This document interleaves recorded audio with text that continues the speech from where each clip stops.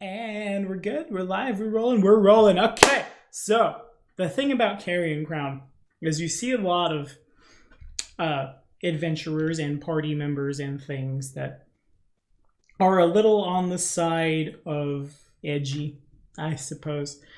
But when it's written directly into your bloodline, that's who you are as a person, well, it fits with Carrion Ground, doesn't it? And that's what we're here for more character prologues. Today we're joined by kind of the man that got this whole thing started. Like, we wouldn't have done Doomsday Dawn without his patronage, and like, I was just a little tiny channel, and I'm still a little tiny channel, but I'm a little tiny channel that's grown quite a lot. And basically the reason it happened, the first one ever, my first high tier patron, is the player we'll be talking to today. And yes, the last name he's chosen for his character is relevant given where he lives on planet Earth. Oh, Robin, how you doing, man? I'm doing great. Feels good to be able to claim first there. First! It's like on the YouTube comments or something. It's like first. Yeah, except it actually is more than just showing up on time. Okay, so to remind everyone, Robin, if you would, who are you? What are you playing? What should we expect from you? Things of that nature. Yeah. All right.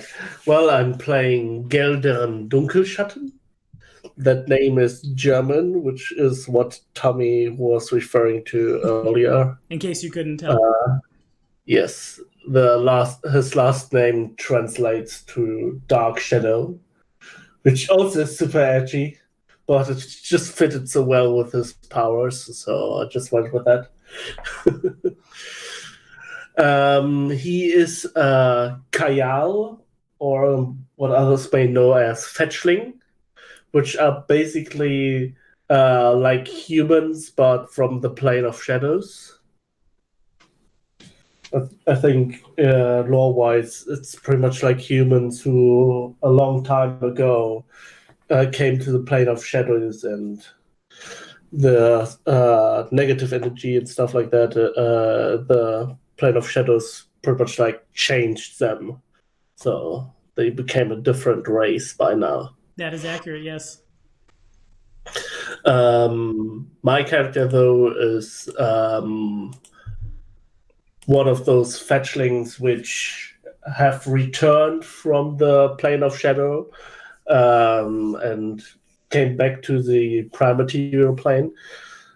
The family of my character did that mainly for trading, and this way my character does pass more than as a human than other Kayal would, which is somewhat relevant because looking like a normal human is important in Carrion Crown with all those racist people that you might have heard of earlier. People are quite suspicious of everything non-human. That is fair, yeah. You're one of them new vampires, one of them garlic-resistant vampires. Hell no! Yeah. Having good looks and great charisma is probably also helpful. Hell yeah, sorcerers. Indeed. Yeah. That also answers another thing. I'm playing as a sorcerer as my class, and my bloodline is, of course, a shadow sorcerer, or in this case, it's actually a sub bloodline of the shadow bloodline, which is a umbral bloodline. It's still the shadow bloodline, but with minor changes. It changes up some of my abilities. Like, I get stronger when I stand in darkness or dim light. That it empowers my shadow spells when I do that. Indeed. Well, Geldern and his family pretty much got caught up in some dark schemes between greater powers, dragged into the machinations of those two greater powers, and they somewhat got grinded to dust, I guess. Well, I can speak a bit about that, I guess. The one of the powers was a great shadow dragon, from whom another greater power, which is so far unknown, has stolen some mighty artifact. And with the help of Geldern's family, he smuggled that back to the Shadow Realm, which Geldern's family didn't know that was what they were doing. And when the dragon's henchmen came to seek for the culprits, they somewhat ended up as collateral damage. When the caravan of Geldern's people got attacked, he got separated from his parents, and they were fleeing. So he doesn't know what happened to his parents. So that's one of his goals, that he is looking for information to see if he might be able to track down his parents. Other goals are to get to the bottom of what the whole machinations behind that was, and maybe get back at either one of those two big guys, or maybe both. But for that, he will need a lot of more power. When he fled those henchmen, that was when he awakened his shadow powers, his bloodline. It helped him hide, opposing to some other sorcerers who might awaken their powers with a bit more destruction. The shadow bloodline is a more subtle one, working with illusions, so it's good to hide yourself with illusions. And yeah, like, I realize now I have basically two illusionists, because the Final Fantasy game also is there's going to be an illusionist in that one, so that's exciting. Lots of quasi-real things that we get to, like, I had it actually on a comment on a video not too long ago. Somebody said that illusionist was, like, to play an illusionist was to play on hard mode. I completely disagree. I think it's to play on fun mode, because you literally get the power to, like, draw on the GM board. Like, no, it's this, haha, and all of my guys will fall for it. In any case, so Geldern has, in his time moving around, he's fallen in with various, like, companies of mercenaries and things across Ustalav. Geldern has a lot of the ability to make things disappear when we need to make things disappear, like the money that has been less than honorably taken from travelers on the road, or when somebody comes a-looking for, like, opposed bandit groups basically come to find you, and then poof, you guys disappear and off you go again. Basically, you guys have, over the course of about 2 weeks, made your way around Ustalav, just trying to survive. There's a real big Kelid guy with arms bigger than most people's legs and an axe bigger than most people's bodies slung across his back. A halfling who has the best shot you've ever seen in your life, considering their weapon of choice is literally just a big stick that forks up in a Y at the top and then has a little, like, sling to fire a little slingshot at people. And never underestimate a halfling sling. Indeed, that's very good. There's a lot of good feats to make those the best. But in addition, there's also a half-elf woman with a couple of knives who's just about the deftest you've seen, with, like, the art of a blade as big as her hand. One might call her a master of the knife. And you guys, traveling along Lake Incarthen, the latest, I won't say target, the latest point of interest is the little town of Ilmarsh. You guys roll up on the town, and it's pretty quiet as you guys reach the outskirts, and that is where the scene turns to you. All right.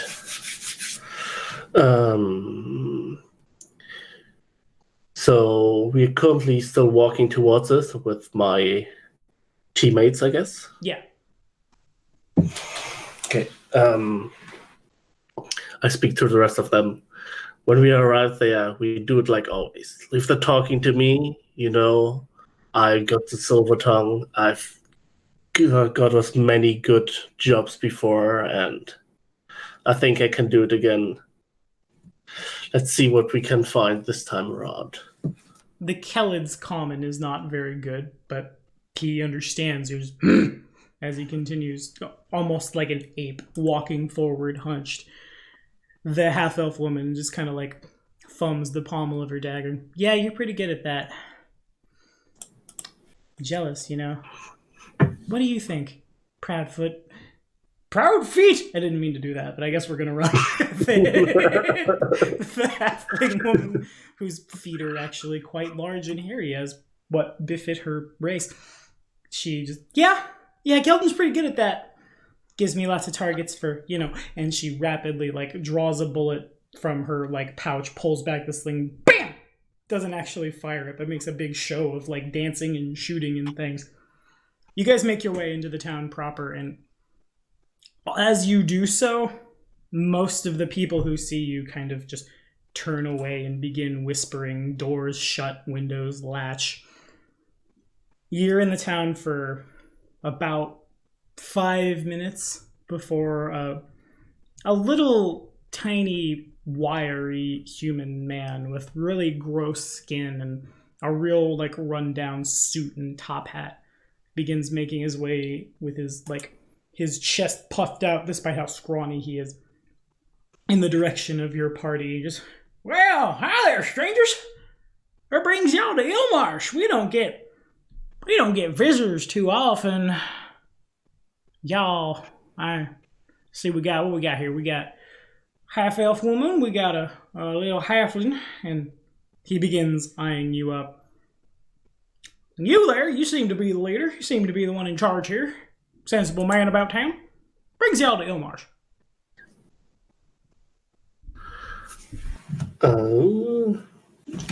Shotgun, what was it?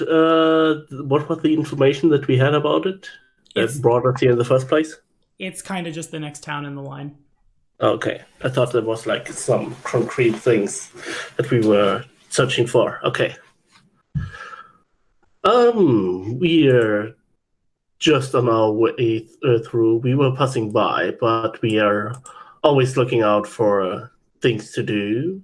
Is there maybe something that needs to be done that requires the talents of people like us? Round here? No, not particularly. We tend to keep to ourselves here in Ilmarsh. Anything we don't need is, well, the neighbors provide it to us. And, we don't bother each other. Keep to ourselves and, just try to live our best life and prosper. And, as he says this, you look around, and despite this town being, maybe 500 people, you can, from one end of the town, you can see all the way to the other end. The buildings are indeed quite nice. The smell of fish is both rank and plentiful, indicating that this tiny little fishing village on the shore of Lake Incarthen is rather prosperous. That means we might be able to make some good cash here. Huh. They certainly have the money to spend. Maybe I need to talk to some people, distract them while my friends make their pockets a bit lighter. Well, all the eyes in the town basically are on you at this point, as you and what you assume to be the mayor, the headman, the whatever this happens to be, the man in charge. Mm-hmm. Yeah, he does look mighty fancy in his run-down suit. Yeah. Indeed.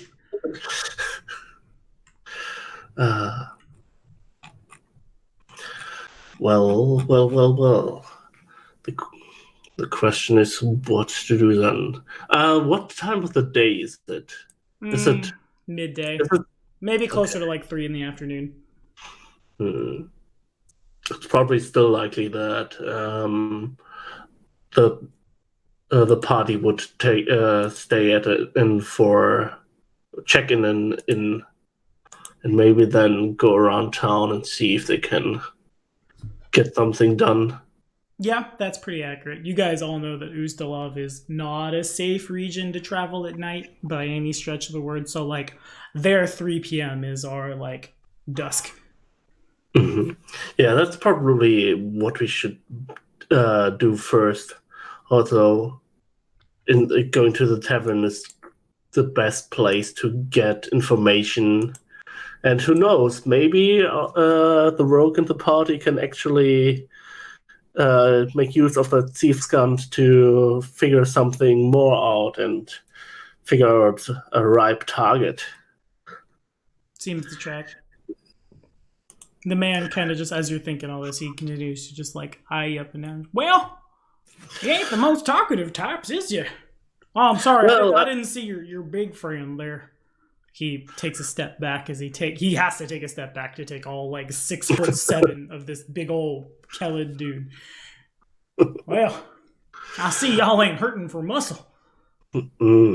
That's true. He's a strong guy. Say, good man, since this is your town, could you tell me where we could find a nice tavern here where we could check in? We want to stay the night here. You do know how dangerous it is at night, so we like to stay the night in your beautiful little village. Well, again, we don't really get outsiders much, but y'all seem to be a somewhat on the level type. Of course, if you're looking for an inn, we could always put you up at the Bountiful Catch. That sounds like a great idea. Could you point us in the right way? Of course. Follow me. Y'all, just come on this way. And he turns and begins walking. A personal guide. You're too friendly. Thank you. Now, this is my town, you know. I apologize. I did not introduce myself. My name is Mayor Early Greedle. Welcome. On behalf of myself, the Recondile Order of the Indomitable Sea, that's a big word for our Church of Gosra, and everybody else, welcome to Ilmarsh. And he holds out a really, like, if you grasp his hand too hard, you'll break it. If the Kelid grasps his hand too hard, he's liable to kill the man. But just like this little hand comes out. Welcome, my friends. I'm not too sure if that's actually possible. My strength score is 8, so I'm a bit of a weakling. Fair enough. All right.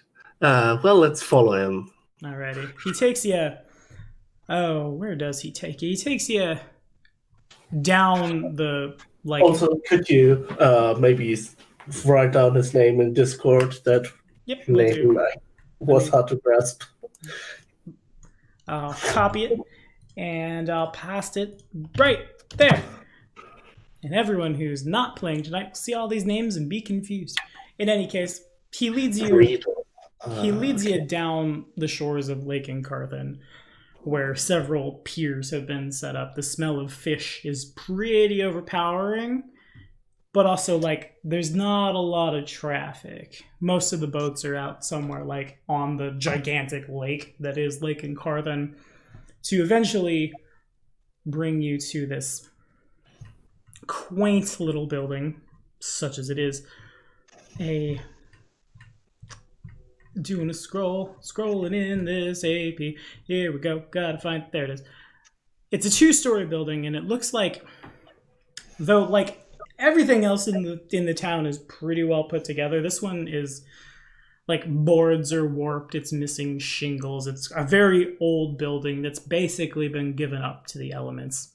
The sign above the door depicts a fisherman hauling in a net full of fish, and a very curvaceous mermaid just kind of like slapped on the like side of what must of course be the Bountiful Catch Inn. You guys walk in and it's the whole building, like the whole town, reeks of fish. But it seems to be pretty clean.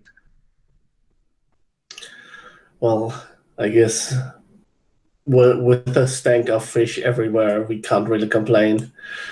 But that's things you get used to. It's a lot of the fishing towns have that smell. Indeed. So the mayor, as you guys, like, he comes up, opens the door for you. Enjoy your stay. How long y'all think you're going to be here? We're not sure yet. We will see. It somewhat depends on if we can find something to do here that might require us to stay for a longer time. But if not, we might just stay a single night. Who knows? Fair enough, fair enough.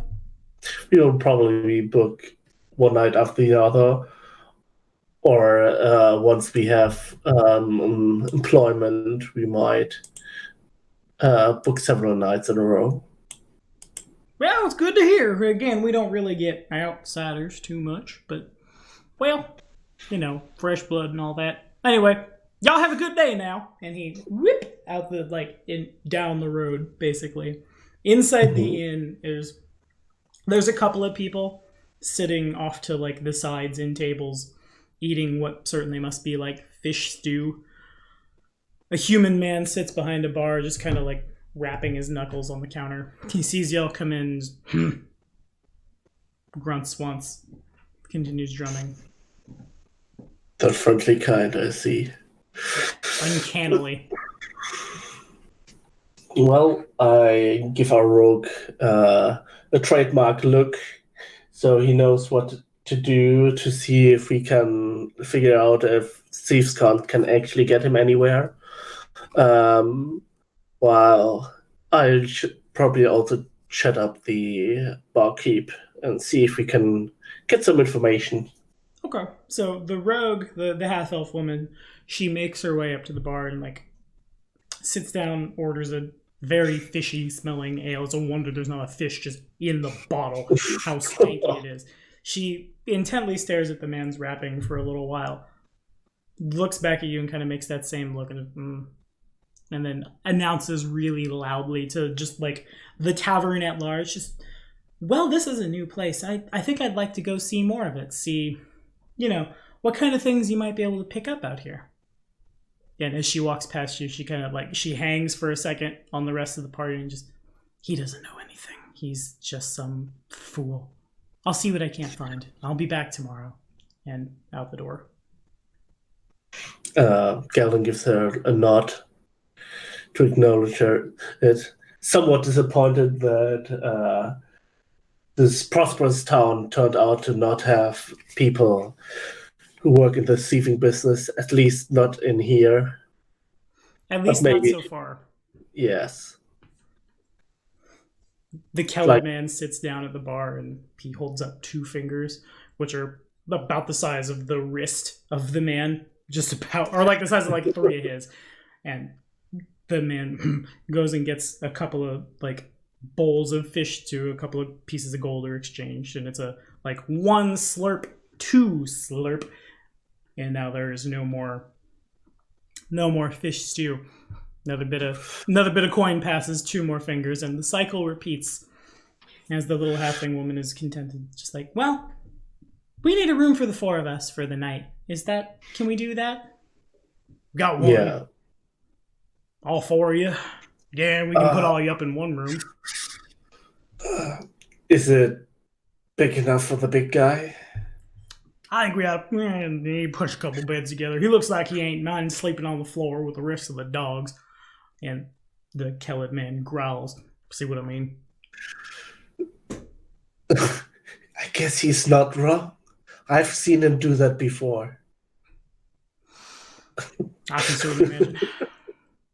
As the growl happens, the couple of patrons in the inn, they look up, and one of them quickly excuses themselves. Just like this little gnomish woman, just her bright pink hair pops up and her face rapidly turns to match the color of that pink, and she quickly excuses herself from the inn, leaving only this older gentleman. His hair, let me get a better description. I gotta open a couple of books. There's so many, like, there's a lot of sweet flavor text in the AP for Carrion Crown. Or, like, on the side, rather. Okay, so the man has really curly, dark-ish hair, kind of a little like tiny nose on a tiny frame. His glasses are pretty far down his face. There's an owl sitting at the table next to him, like on the bench, sitting adjacent. It flaps up to like sit on the table and see you, and it's much like squatter and like fatter than the average owl you've ever seen. It turns, looks at you, turns, looks at this man, and just, and it goes like a flies around the now you, the half elf and Achaidh, before landing again. The man says something you can't hear and scratches the owl in the back of the head and kind of like boops him like a cat. I do a subtle detect magic. I want to figure out, is that a familiar or just a pet? It's definitely a familiar. That's what I figured. Magic caster here. Huh. That's certainly eye-rising. This town seemed pretty uninteresting at first. But now that there's a spellcaster here, there might be more here than meets the eye. Or he's just coming through as well. Who knows? Well, should probably ask for some information from the bartender first. They usually do know the most of the rumors and information. So Geldern will go to the counter, slide over some coin, and talk to the bartender and say, what are the latest news, and also maybe some, how do you say it, some talk, even if it's not necessarily all true. Some rumors can be useful too. Okay, so you sit down, say the things to him, and he looks over at you.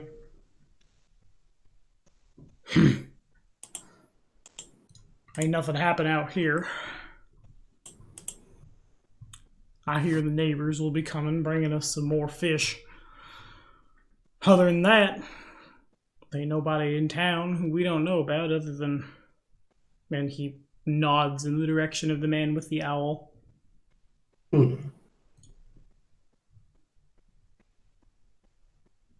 Maybe I should talk to him then. Maybe you should. And the man goes back to cleaning.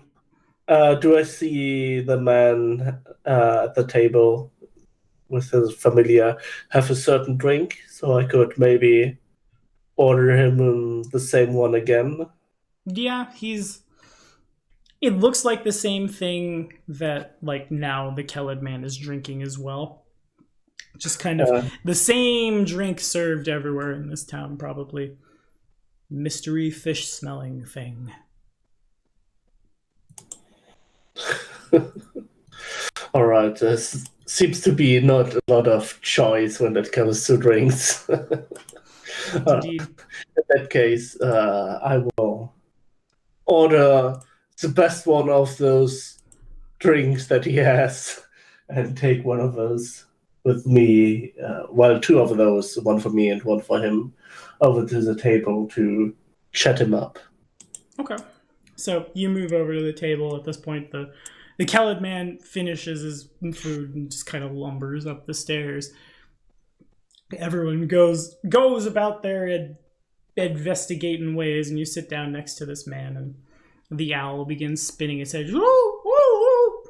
Yes, Lulu. That's correct. We have a visitor. Hello, my friend. Hello. I see that you are a fellow spellcaster. Ah, indeed, yes. My name is Professor Petros Loremore. Can you write me that name down too? Yep, will do. Gosh darn, you have a lot of complicated names. Yeah, there are a lot of big funny names in Carrion Crown. Petros Rimor. Okay. A professor. What's your field of study? Well, I teach at the Cincolati School in Lepidstadt. I help the young learn the magical arts. And at this, he stops, blinks a couple times, looks a little closer at you. The owl spins its head, just loo, loo, loo, loo. Yes, Lulu. Yes, indeed. And from this, he switches from the common he's been speaking to your native tongue, just like perfectly. I imagine, I don't know exactly what they are, but I imagine Geldern has a couple of tells that people can still pick up to indicate that you are a fetchling.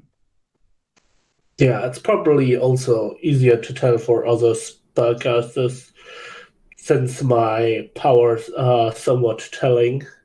Indeed. So just, I'm sorry, my friend. I'm trying to grab the language. I forget what it is called. Oh, you guys don't have your own language. Never mind. I lied. So, well, it's probably just different, like kind of common. It's probably like a dialect. Mm-hmm. So he would probably just copy the dialect.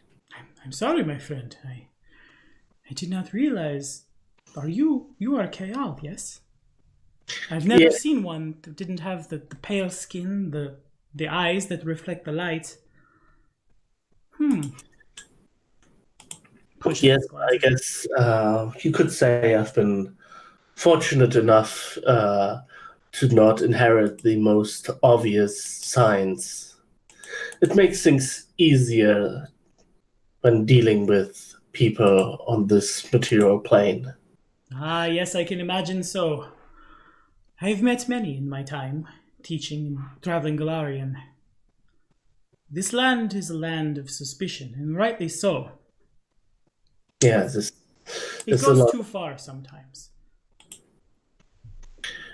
Very true. Just because someone isn't human doesn't mean that they are evil or bring about chaos. Indeed. Yet, in Ustalav, no one seems to know the difference. It is unfortunate. A very good friend of mine who's staying back at my home, watching over it. Well, she's judged often. She's not from here, you see. She's from very far in Garund, and that's where this one came from. Isn't that right? That's your mistress, isn't it, Lulu? And he goes to scratch the owl again, and the owl, like, puffs out happily and flaps a couple inches off the table. Before, like, rolling over almost like a cat. So the professor could scratch his tum-tum. Oh man, that's one of the few things that I like familiars about. They're adorable pets. They are indeed adorable pets. This one seems to be a lot more... Well, actually, I can dig up the flavor text for it. Not to take another player's thunder, but I'm going to take another player's thunder.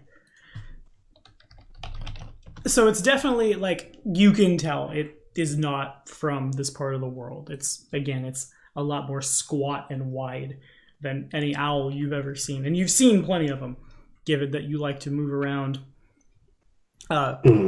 like quietly in the night. And they don't often see you. You guys are almost cut from the same cloth. I don't remember the spirit that was chosen because I haven't seen the sheet, so it doesn't matter. But clearly this creature is touched by something more. In addition to the fact that it's a different species, it carries itself as if it was as if it had come down from the heavens. More important, more regal. Oh, okay. And at first I thought maybe it was like Fey touched, but this sounds more like Celestial touched. Yeah, something like that. It's hard to put your finger on it. I mean, the Fae do also have their own grace. Indeed. The professor looks up after he's done scritching the owl, and he pulls a Mostly, well, no, I imagine, yeah, it would have to be eaten live from his bag, a little cage that has a little mouse in it. And just, oh, does Lulu want the owl? Lulu wants the owl, yes. And Lulu, like, whoop, oh, clearly the owl's name is Lulu. To watch this owl, the professor throws it across the inn. The innkeeper, don't make no mess in my inn, stranger. As this owl takes up, flies, catches it, hooves happily, and swallows it down. Well, not that making a bit of a mess would be so bad. A bit of prestidigitation, and you can clean that up in like a fell swoop. Indeed. Even so, they might not be that thankful. They can be a bit touchy on the subject of magic. I've learned that the hard way sometimes. Well, what brings you to this little town of Ilmarsh, my friend? We don't currently have a concrete aim. We are pretty much passing through, but we are always on the lookout for something to do. That's also the reason why I chatted you up. I was interested to know what brings you here and if you might require assistance in whatever brings you here. Well, I am currently traveling back home. It has been a while, and I have snaps his fingers, a little bit of light sheds from his hand. The innkeeper again. Unfortunately, I had to use my final scroll of teleport to escape a harrowing event. If it wasn't for my friend here looking at this owl and scritches it again, I'm sure I would have met my end. However, Lady Luck was once again on my side. However, that means I must travel by foot back to Lepidstadt. Certainly I could use company on the road. Mm-hmm. Yeah, the roads are sadly rather dangerous, but that's pretty much true at all times. He nods. It's sad that's the state it is, but I guess I can't be too sad about it. After all, it's what provides my kind with most work. Of course, yes, indeed. I don't want to be hypocritical after all. He smiles. We all must earn our place.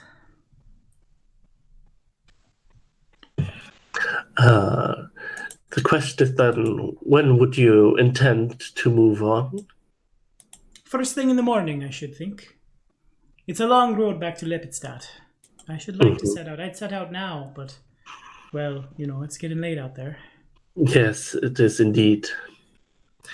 Well, I can talk with my teammates and ask them what they think of the idea of accompanying you. I certainly am willing to pay for your services.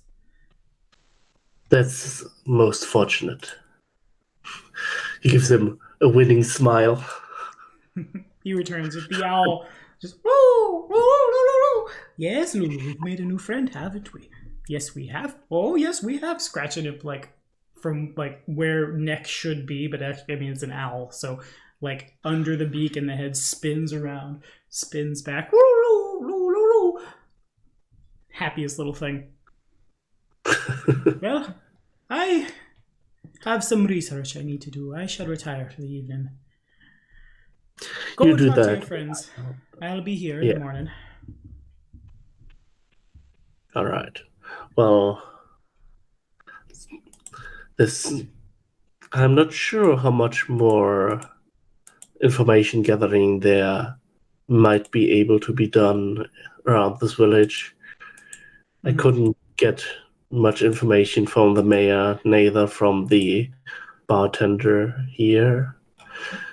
So I might have to wait for any information our rogue friend brings back. But otherwise, helping this spellcaster seems like our best option. So I shall talk with the others about the idea of accompanying him, since he will pay us for the deed, and so far we don't have anything else to do.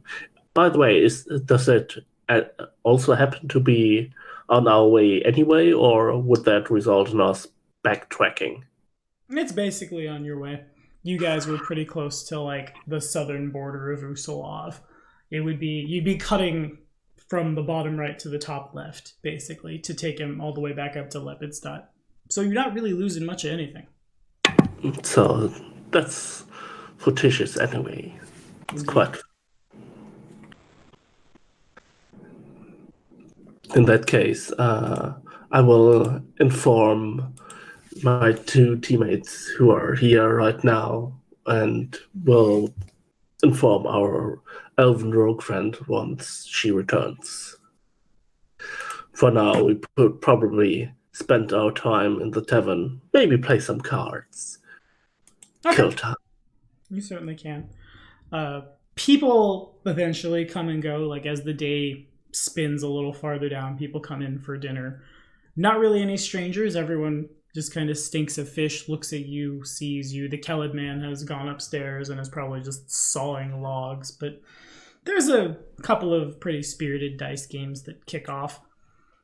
Oh man, I can probably cheat real good at card and dice games, I just realized. Yeah, you probably can. Just conjure up a still image on top of whatever I want, and it's like, oh, look, the dice rolled that. Do you?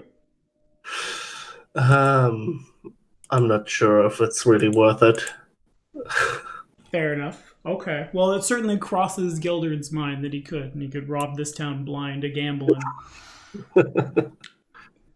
Maybe I do a little bit, but not enough to raise attention.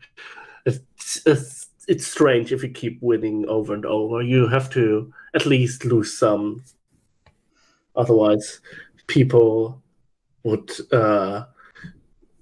maybe say that you're cheating, and in this case, they would actually be right. So indeed.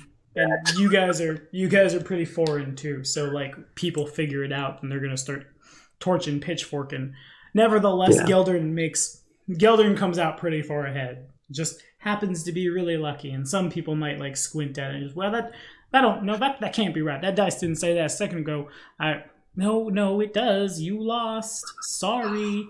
And like all this nice pile of gold gathers up around Geldern. The night starts to wear on. People start to go to bed. It's around this time that you, your halfling friend, and your Kelid friend, all three together, realize that the half-elf has not returned.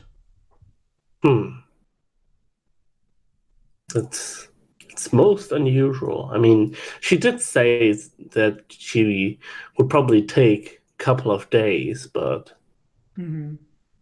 she should still be coming back at night. Yeah, I'll tell you tomorrow. What she probably meant was I'm going to show up kind of on the late side and pass out, but like in Ustalov, late means like 8 p.m. Like when it's dark, it's late and you should be inside. This place stinks of fish, but that doesn't mean there's not garlic hanging like over the windows and doors, and there's a lot of things made of silver that didn't necessarily need to be made of silver. By the way, what class is the halfling? The halfling? What class would she be? I'll call her she's a fighter. Yeah, she's a fighter that has specced into like being really good with the sling base. She's like a weapon master. Her choice of weapons. If she was a ranger, maybe we could have attempted some tracking. No. The Kelid could probably maybe figure it out. You've often seen him in the wild just kind of drop his nose to the ground and just like sniff in. But like, if your half-elf doesn't want to be found, she won't be found. And out here, she doesn't want to be found. She'd come to you guys. Okay. Yeah, well, I hope she's back in time, because if she shows up a couple of days later and we want to leave with the nice old man, then that would be problematic. I guess in that case, we might not be able to take up that commission because we can hardly leave her behind. Mm-hmm. For that, we have been through too much. Oh well. At least that means there's more room for us to sleep in the small room that we have to share.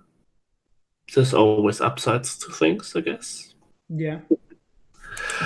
So you guys head to bed then? Yeah, we will hunker down for the night.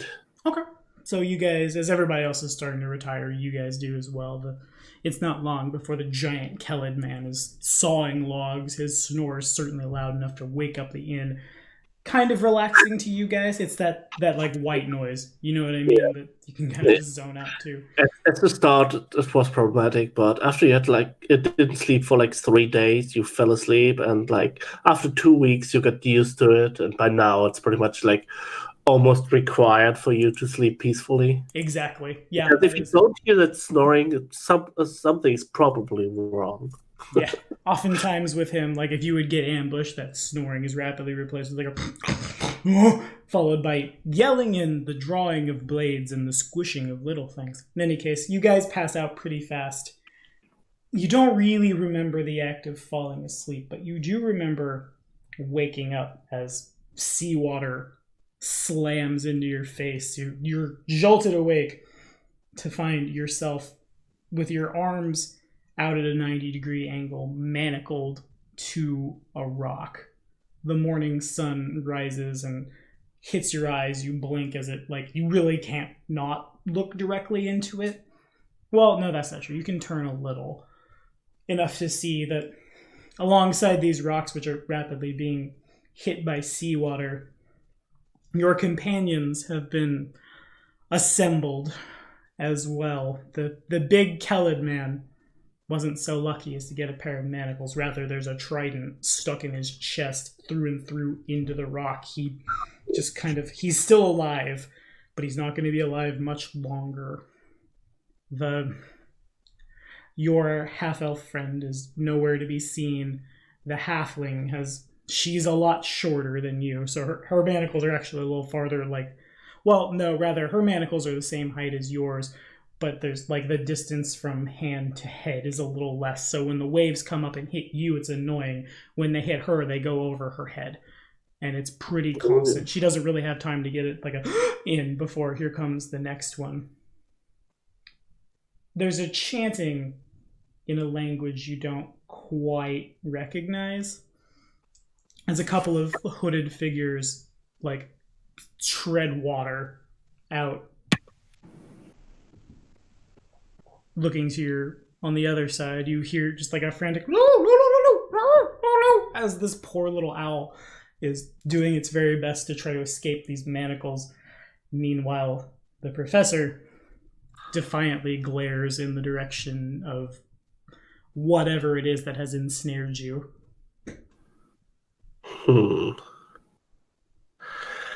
Well, this is most unfortunate. I guess in cases like these, all I have to defend myself is a lot of hope and my silver tongue. Or at least hoping that someone else can free me, because with my hands tied, I don't think I can use any magic. At least not any magic that requires my hands to cast. Indeed. I don't think my spells are quite limited. I also don't think that even if I can cast it, using a silent image would do much good in this situation. Mm-hmm. The two figures in the water say something in... What languages do you speak? I only speak Common because that's all I'm given. No, fair enough. So in a language you definitely don't recognize, they continue to chant for perhaps 5 more minutes before disappearing under the waves, leaving the 3-4, counting the familiar of you, to your fate. The familiar is here, but its master is not. The professor is also here. Okay. Shouldn't it be more than if you count the familiar? Shouldn't it be 5 then? You, a halfling. At this point, the Kellid man has died.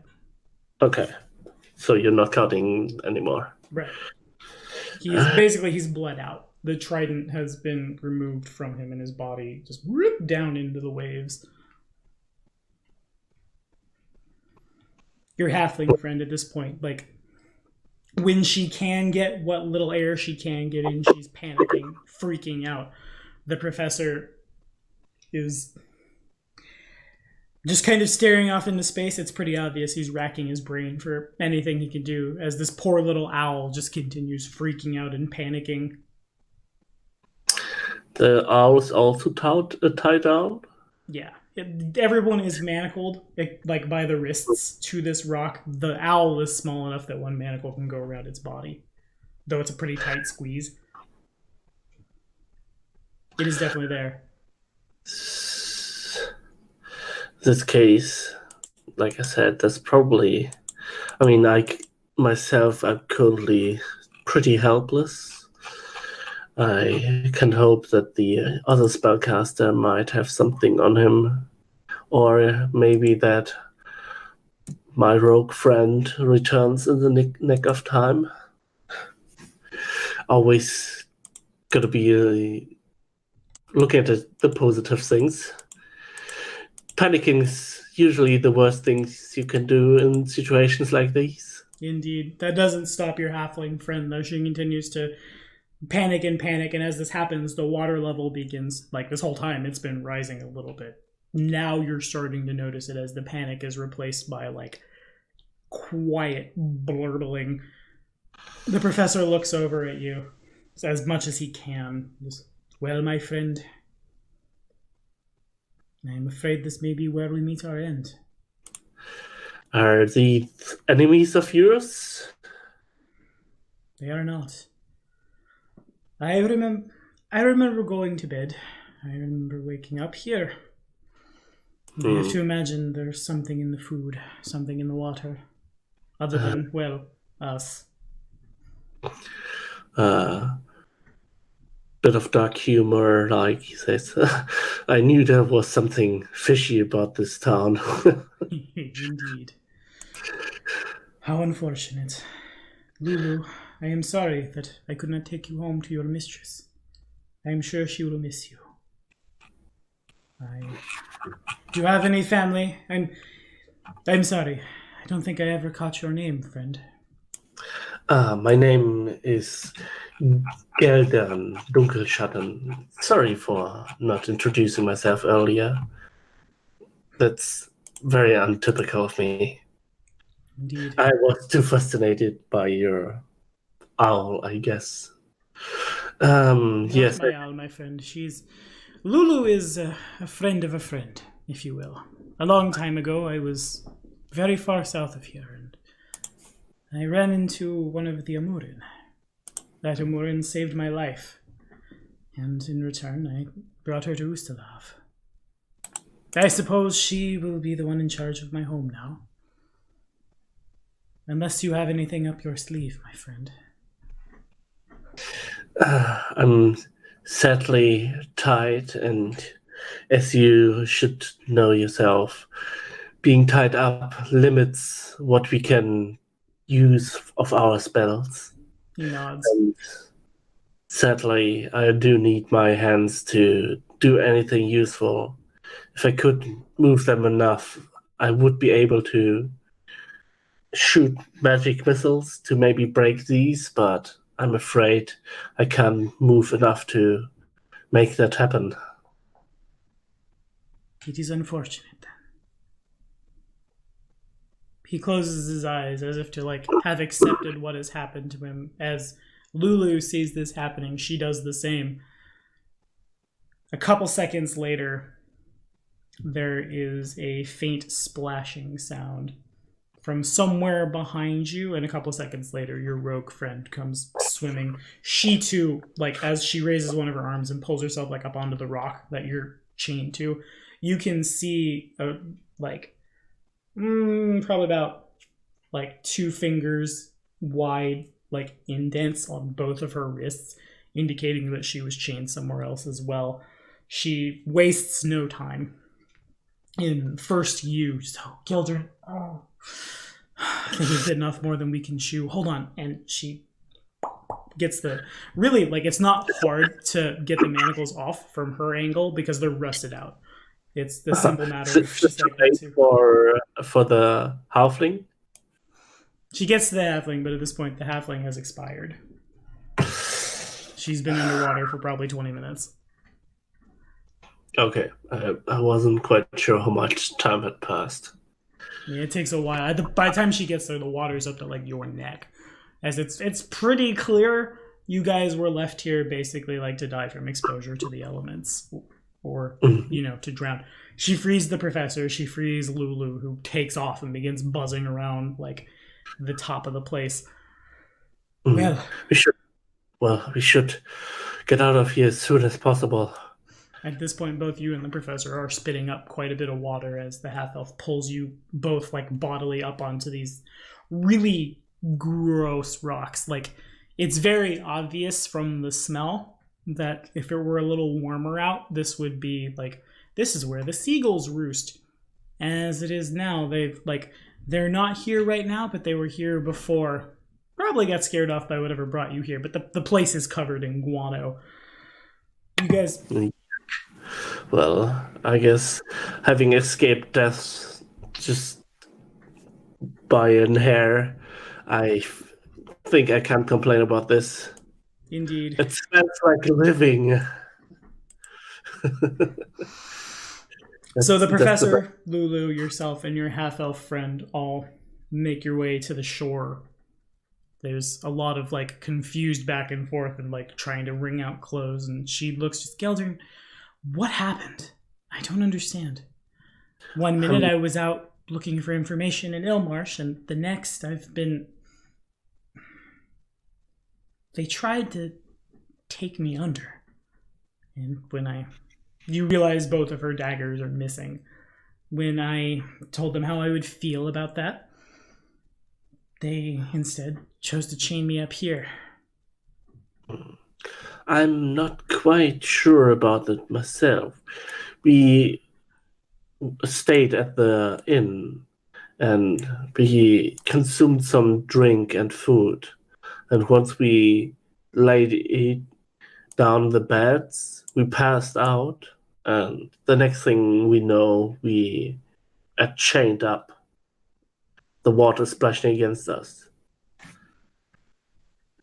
Maybe these people are crazy cultists trying to sacrifice us to their gods or something. Who knows?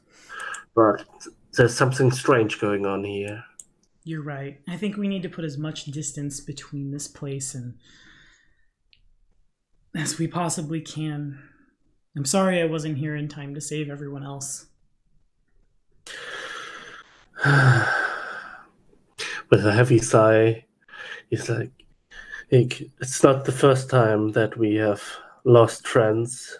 This is a dangerous place, but it has been the first time that it happened in such a way. And it was quite gruesome, especially the slow way. It's one thing to die at the claws or the teeth at a creature or at the blade of a bandit. But drowning is a truly horrible death. She nods somberly. The professor, who this whole time has been just like doing his best to comfort this poor owl that continues to just buzz around you, looks over at the pairings. I believe you are correct. It's not uncommon for villages like this to sacrifice perhaps firstborn children, perhaps strangers, whoever they can spare to forces beyond their ken to see to it they remain fed. Yeah, it was quite unusual that the town was so prosperous, but Still, there were no outsiders around. That's quite unusual. Usually, when a town is prosperous, it means there's a lot of people coming from the outside, coming in to trade or to move through. I guess I should have been more careful. Maybe I should have seen the signs earlier, but now it's too late. We should get out of here. I fear that we might not be able to deal with these people. They seem to be well organized, and if it's truly the whole town that stands behind them, they outnumber us in huge numbers as well. That is correct, my friend. And the professor begins, like, you guys have all of your gear. Like, it's around this time you realize that you fell asleep in your clothes, so tired you were, and that certainly must mean that all of you were drugged. Because, like, the big man wouldn't have fallen asleep in his, like, mammoth hides. He has the decency to, like, just take everything off and throw himself down on the bed. That was not the case this time. The professor withdraws a spell book and begins bemoaning the fact that it's very ruined from water damage. He says a thing in a language you only know common, and like the runes begin to glow. Nevertheless, it's obvious that he'll be needing a new spell book. The spell kind of fizzles in and out for a while as 3 spectral horses are conjured up, and well, this is the best I can do, my friends. We should go. And yeah. no time you say I still have my equipment on me? Yeah. Okay, in that case, I will give my dagger to the rogue. She takes it. Because she seems to not have her weapons anymore. Okay. She's better with it than me anyway. That's fair. So the 3 of you take off into the wilderness.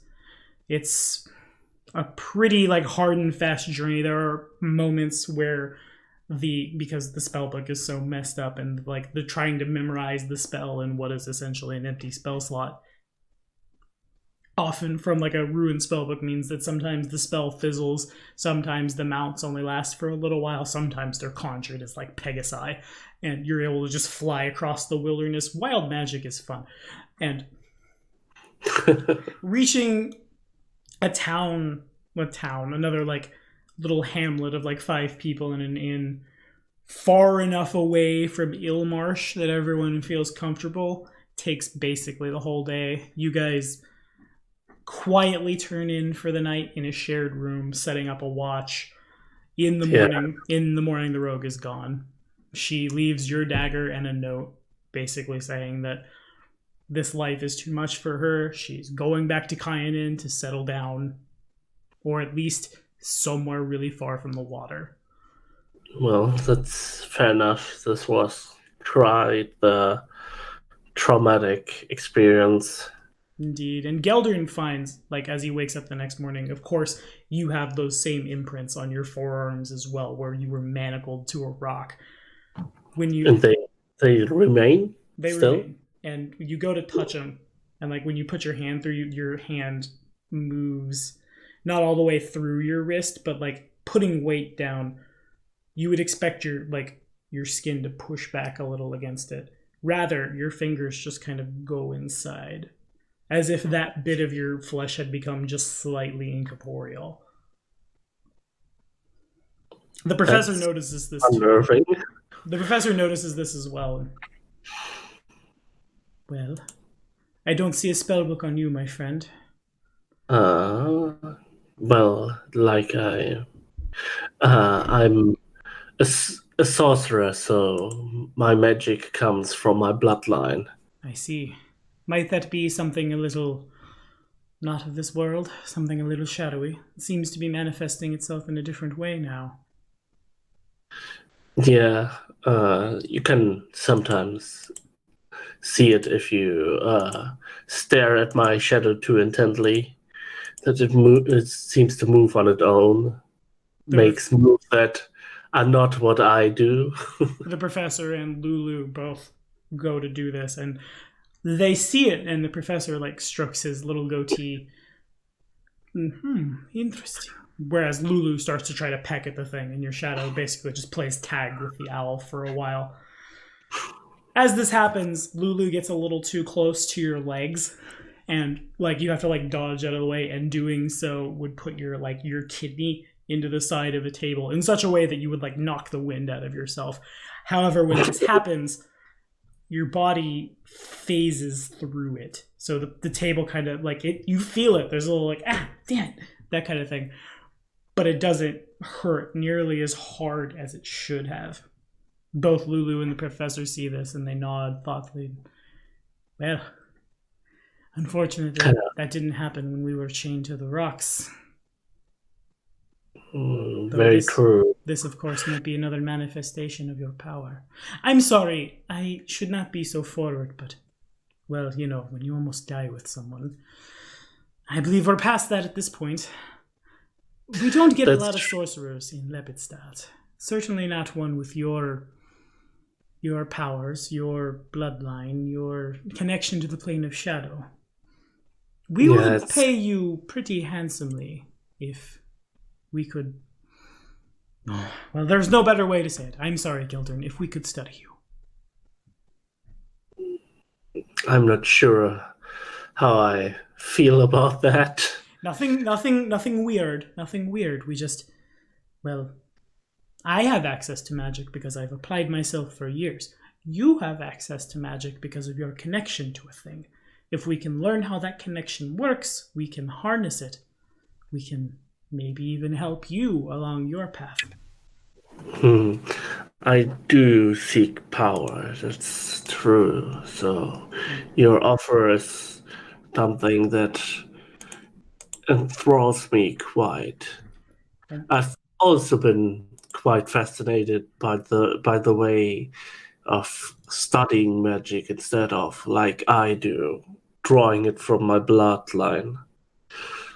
So I think if we set up a contract that makes sure that you don't do anything too strange to me, that I would be willing to help you with your tests.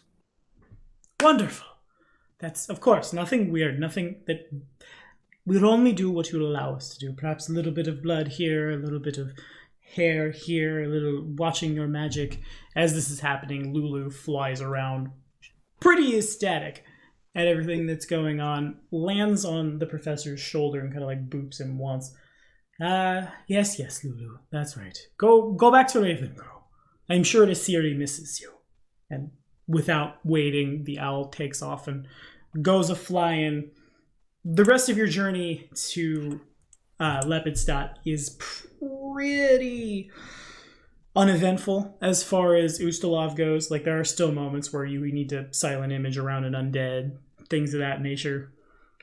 Mm. The whole process takes a couple of months. It's an interesting place, to be sure. The school has a lot of shiny magical things that you are allowed to like play with and study and things. In return, occasionally, like, some scholarly types will come and take notes on you. Sometimes you'll be asked to cast a thing and they'll try to dispel it. Sometimes they just watch your shadow for a little while and like poke at it with, like, they'll call in someone with access to divine magic and they'll like put a holy symbol on it and see if it reacts as if it were like an undead shadow. Of course it doesn't. But during this whole time, your skin phasing, that doesn't go away. And there are several times when you would like accidentally perch yourself, like stubbing your toe or something, where like you just kind of phase through. As mechanically, the event that Geldern has gone through in Ilmarsh has caused his body to react to danger a little faster than his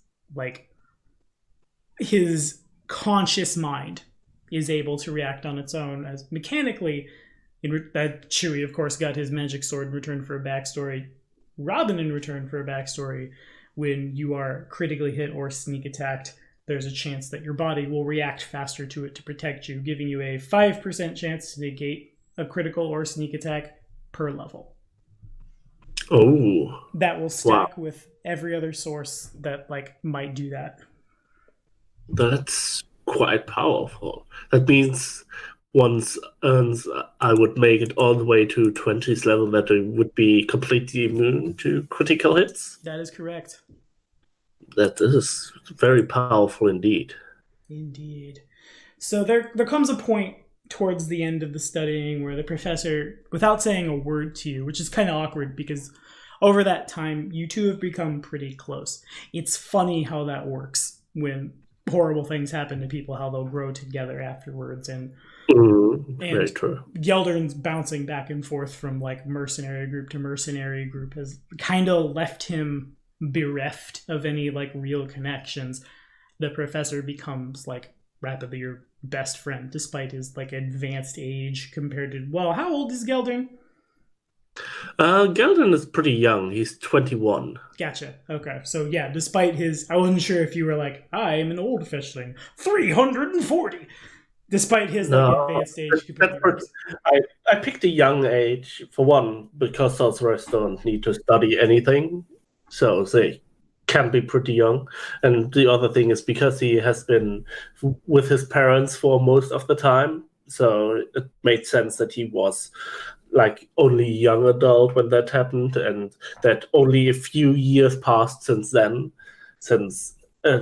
In my eyes, that made sense with the whole way how sorcerers grow in strength over time, and it shouldn't have been too much time passing since then without explaining that he's haven't grown any stronger at all. That makes sense. Weird.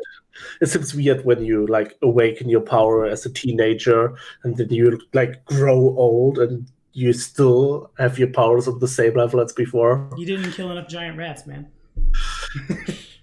In any case, the professor leaves pretty abruptly, and it's a short time after that the whole school kind of goes not into like upheaval, but into a state of mourning as it comes back to Lepidstadt that the professor has tragically passed. A letter reaches Geldern, and in that letter, written by apparently his daughter, you've been included in his will, and the funeral will take place in a couple of days. If you hurry, you can get... Actually, the funeral will take place tomorrow, and fortunately, there's enough people here at Lepidstadt that they can just flat teleport you there. And you've been asked to attend the funeral. And that is where we're calling it. Maybe not as gruesome as Chewie's, but we'll see. And you both will see as we... For people who have played Carrion Crown, of course, give us no spoilers, but all of these are... I decided I have 6 players. There are 6 books in Carrion Crown. Why not tie the players a little more concrete to that thing we're role-playing, right? Make it be our Carrion Crown, not just the same AP over and over. In any case, thank you so much for watching. If you're watching on Twitch, YouTube, wherever it is you're listening to us, we'll be back at it in a week with 2 more. We'll get going a lot faster than the Final Fantasy group did because we have 1 less player. And soon I'll actually kill these people with vampires and drowning and horrible things. But for now, it's all backstory. Plot armor is real. Be sure to like and subscribe for more videos. Say bye, Robin. Bye.